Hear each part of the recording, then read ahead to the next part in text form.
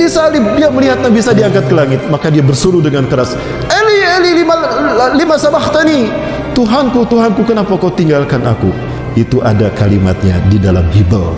Lihat perayaan Paskah. Ini peristiwa dinamakan Paskah. Ya, Eli itu Tuhan bahasa Ibrani. Nah, diaraklah dia ke Bukit Golgota. Bapak Ibu sekalian, ada yang menarik dari hadis Rasulullah tentang Dajjal.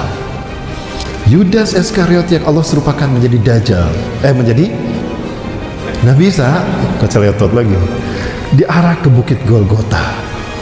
Herodes memegang pedang di tangan kanannya, Old Testament, perjanjian lama, di tangan kirinya. Itu pedang ditusuk-tusukan ke tubuh Yudas yang dikira Yesus Kristus, Nabi Isa. Ada darah banyak, darah bercucuran, diambil darah itu diminum. Mereka berkeyakinan apabila ada bagian tubuh Yesus bersatu dengan tubuh mereka, mereka tidak akan pernah disentuh api neraka. Lihat, agama Kristen ada 7 rukun. Salah satu rukunnya adalah Ekaristi Holy Water, rukun meminum air suci. Di depan patung Buddha Maria, patung Yesus, itu ada seloki berwarna merah darah. Biasanya, ya, tapi bukan darah. Kalau di rumah saya, sirup marjan koko pandan, sama-sama merah. Tapi nggak mungkin saya minum darah kan. Baik, ada banyak daging tertusuk, terkelupas, diambil, dimakan.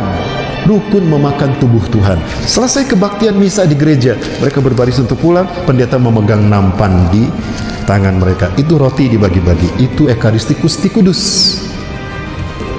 Salah satu tusukan pedang Herodes mengenai mata kanannya. Saya butuh 2 jam untuk membahas peristiwa ini. Peristiwa ini terkait dengan WTC. Percaya tidak? Terkait dengan WTC. Dihancurkan. Terkait. Inilah yang menyebabkan saya bicara tentang akhir zaman. Tadinya tidak pernah terpikir untuk berbicara akhir zaman. Tapi dari WTC inilah terbongkar semua konspirasi kebohongan dunia. Termasuk materi ini, Bapak Ibu. Karena WTC sengaja dihancurkan. Ritual human sacrifices untuk dewa matahari. Betulkah human sacrifice untuk dewa matahari? Saya berani membuktikannya, tapi 2 jam. Nah, inilah yang kemudian diyakini dialah Dajjal. Barnabas meyakini dia Dajjal. Untuk membuktikan dia Dajjal, dikubur dia 3 hari 3 malam, dibiarkan. Barnabas diam-diam di malam yang ketiga menggalinya, masih hidup. Oh, berarti Yudas adalah Dajjal. Bapak Ibu, siapakah Dajjal ini? Dajjal lahir menurut data yang kami kaji, Bapak Ibu sekalian, dan ini debatable, silakan. Beberapa literatur yang saya kaji sejak tahun 90-an lah, tahun 98, 99, saya banyak mengkaji tentang Dajjal juga. Dari beberapa referensi, saya menemukan kesimpulan, Dajjal lahir di Samiroh. Samiroh adalah satu kota besar di Palestina. Karena dia lahir di Samiroh, maka dia bernama Samiri. Dialah yang pernah dengar nama Samiri? 100 tahun lahir sebelum Nabi Musa diutus. Maka ke zaman para nabi, dia mengklaim Samiri. Samiri ini Palestina. Hari ini Yahudi makin naik angin. Kenapa demikian? Dia yakin Tuhan yang mereka tunggu-tunggu akan segera datang. Kenapa demikian? Tanda Tuhan yang mereka tunggu akan datang adalah munculnya, lahirnya red heifer. Apa itu red heifer? Sapi berwarna merah, Bapak Ibu. Yang mana sapi ini akan menjadikan sebagai sacrifice bagi Tuhan yang mereka tunggu-tunggu. Dajjal bagi kita. Mana sapi merahnya, Bapak Ibu, yang saya perlihatkan pada Bapak Ibu sekalian. Ya, sapi merah ini sudah lahir, Bapak Ibu sekalian, dan ini sapi merahnya yang mereka yakini. Apabila sapi merah ini lahir, berarti telah dekat kemunculan Mesias yang mereka tunggu-tunggu. Maka dunia akan disibukkan. Setiap negara, terutama umat Islam di mana berada, akan disibukkan dengan urusan dalam negeri mereka, agar mereka tidak konsen dengan ini. Kalau ini lahir berarti telah dekat kemunculan Mesias, maka Yahudi harus segera mengklaim Al-Aqsa dan Yerusalem, maka di lobi negara-negara barat dan negara-negara Arab. Baik, Bapak Ibu rahmati Allah Subhanahu wa taala, sudah menuju pada puncak final pertarungan antara hak dan batil. Berarti pemain yang terbaik adalah pemain yang berjuang untuk membela Palestina ini, Bapak Ibu. Allahu Akbar. Dan ternyata Palestina menyebutkan Indonesia. Betulkah menyebutkan Indonesia? Nanti kita bahas malam berikutnya nanti. Bapak Ibu, tapi yang ingin saya sampaikan adalah, maka Yahudi beramai-ramai mereka masuk ke Masjidil Aqsa, Bapak Ibu. Ini dia. Maka untuk mewujudkan ini, maka Al-Aqsa harus mereka kuasai. Dan ini adalah para penggagasnya, Bapak Ibu, sejak zaman dulu. Jadi ini keyakinan zaman dulu dan sekarang sudah mereka lakukan. Mulai dari Chaim Weizmann sampai kepada Theodor Herzl. Ya, yang terakhir adalah pencetus gerakan Zionisme internasional, kembali ke Bukit Zion. Bukit Zion ada di sebelah sini. Ini Al-Aqsa. Ya, sebelah barat saya ke sini, Bapak Ibu. Nah, ini ada Bukit Zion, di bawahnya ada Bet Senom. Bet Senom ini artinya lembah Jahanam. Mereka yakin di lembah ini umat Islam akan membantai mereka, seolah-olah begitu. Bapak Ibu, nanti kita lihat kalau kita ke Masjidil Aqsa, ke City Tour Yerusalem, Bapak Ibu ya. Ikut bersama saya, Bapak Ibu, tanggal 3 kita keliling ke tempat-tempat ini, Bapak Ibu. Jadi Bapak Ibu, insya Allah bagus kan. Dan inilah Y2K yang mereka yakini. Dulu Y2K diyakini sebagai era kebangkitan teknologi informasi. Negara-negara di seluruh dunia termasuk umat Islam, negara Arab, mengatakan kami siap menyambut Y2K. Seolah-olah Y2K adalah era kebangkitan modernisasi umat dunia. Bukan. Itu syarat perbuatan ideologis. Bagi orang Yahudi, Y2K singkatan di Year of the Yehuda Kingdom, karena 1000 tahun sebelum hari kiamat adalah masa bagi berdirinya istana raja mereka. Harusnya mereka memulainya tahun 2000, itu sudah hancur Masjidil Aqsa, Bapak Ibu.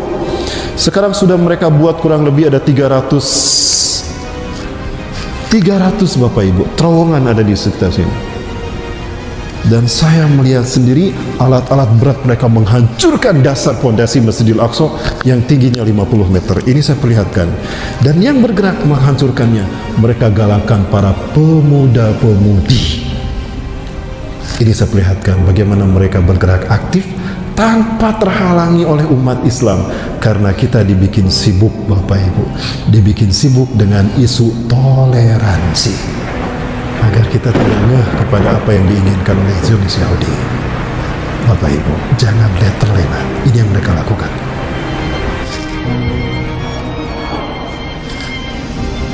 Inilah kiblat kita yang bernama. Lupakah kita kalau Rasulullah SAW pernah sholat menghadap ke Masjidil Aqsa selama 16-17 bulan?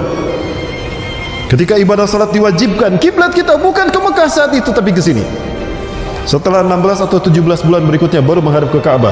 Setelah turun Al-Baqarah 144. Dan bukankah kita lupakah kita kalau Masjidil Aqsa adalah kiblat kita, selain kiblat kita yang pertama, adalah masjid kedua yang dibangun setelah Masjidil Haram.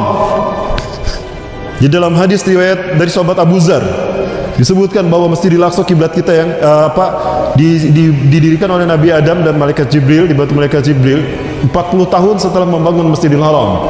Dan lupakah kita kalau sholat di sini ini 500, ada juga 1000 kali lebih baik daripada kita sholat di masjid manapun.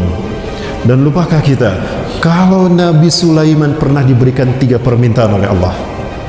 Dan apa yang diminta Nabi Sulaiman?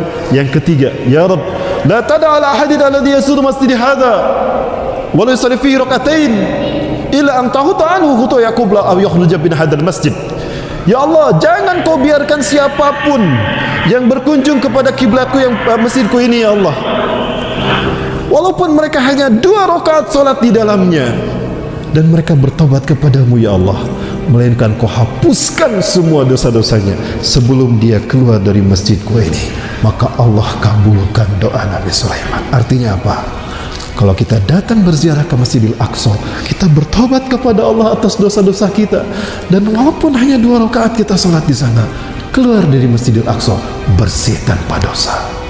Dan yang ketiga, Masjidil Aqsa akan menjadi titik tolak kebangkitan Islam untuk zaman kita. Masjidil Haram untuk Nabi Adam dan Nabi Ibrahim. Masjid Nabawi titik tolak dakwah tauhid untuk Nabi yang terakhir, Nabi Muhammad. Lalu Masjidil Aqsa untuk siapa? Untuk Imam Mahdi. Dan insya Allah dari 3 pasukan Imam Mahdi, satunya adalah Indonesia. Allahu Akbar. Maka panasnya geopolitik kita hari ini adalah ujian fit and proper test. Allah sedang menguji kelayakan kita. Layakkah kita memimpin kebangkitan Islam?